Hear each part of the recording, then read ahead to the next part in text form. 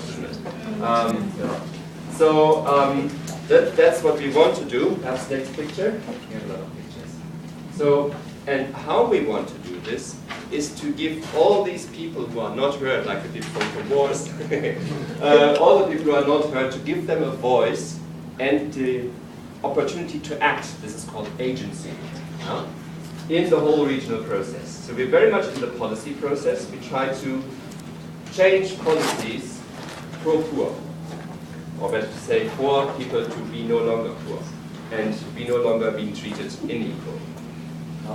And one of our ideas is indeed this thing kind of leave no one behind. Now, what does that mean? Or we work with these smaller groups. Fact is that all these groups that we are trying to support are very big groups. So it's not something behind the curtain whom we forgot. It is something with a very big group. For example, we try to work in the field of gender. It's everybody of you. We try to work in the field of youth. Again, everybody of you.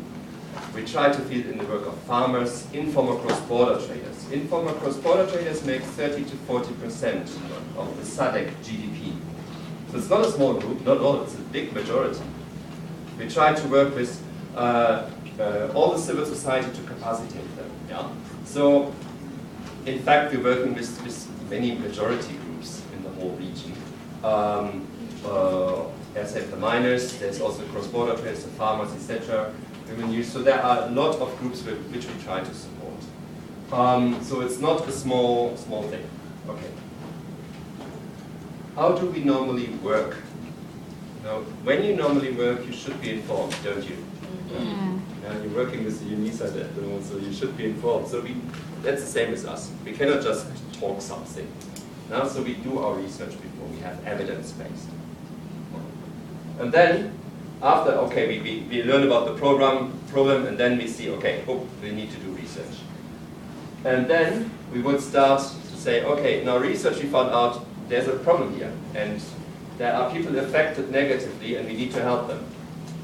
So we would do this and start to engage.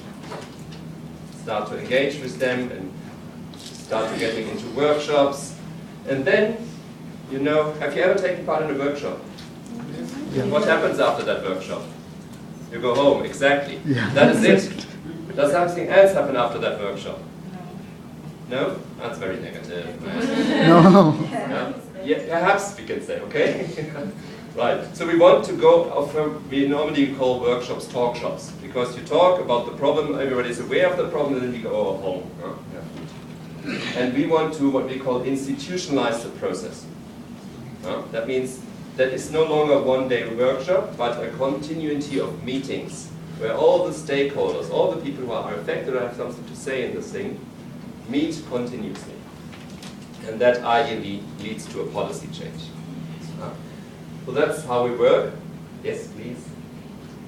And we can give grants, we can give capacity development through grants, so we help them with finance, or we help them with organizing themselves, or build up governance, yeah? What means leadership. We help them with strategies, yeah? As I said, then we start into these multi-stakeholder. Stakeholders are all the groups that are affected, no? Multi-stakeholder dialogue, so we start to bring them into process. We bring the media in. Yeah, for example, who has read the Mail and Guardian today?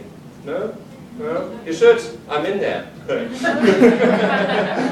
You should. No, the Trust has a long-term partnership with the Mail and Guardian, and indeed, next week we have a bigger event where we applaud the best civil society, the best business, the best government, if there is one, and then the best individual.